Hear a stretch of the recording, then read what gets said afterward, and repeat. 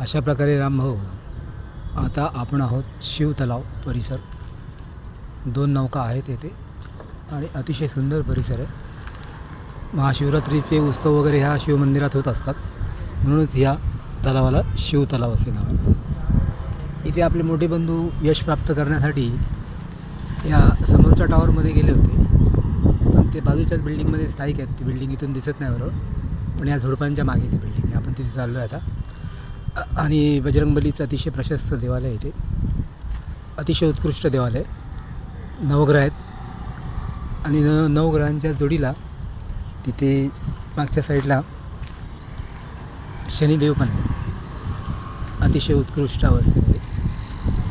शनी शिंगणापूरसारखी अवस्था. पण इथे काही कारणामुळे त्यांना घर घेणं शक्य झालेलं नाही अजूनपर्यंत. 22-23 लाखाचं बजेट आहे आणि गरीब माणसाला एवढं मोठं बजेट फेल होत नाही.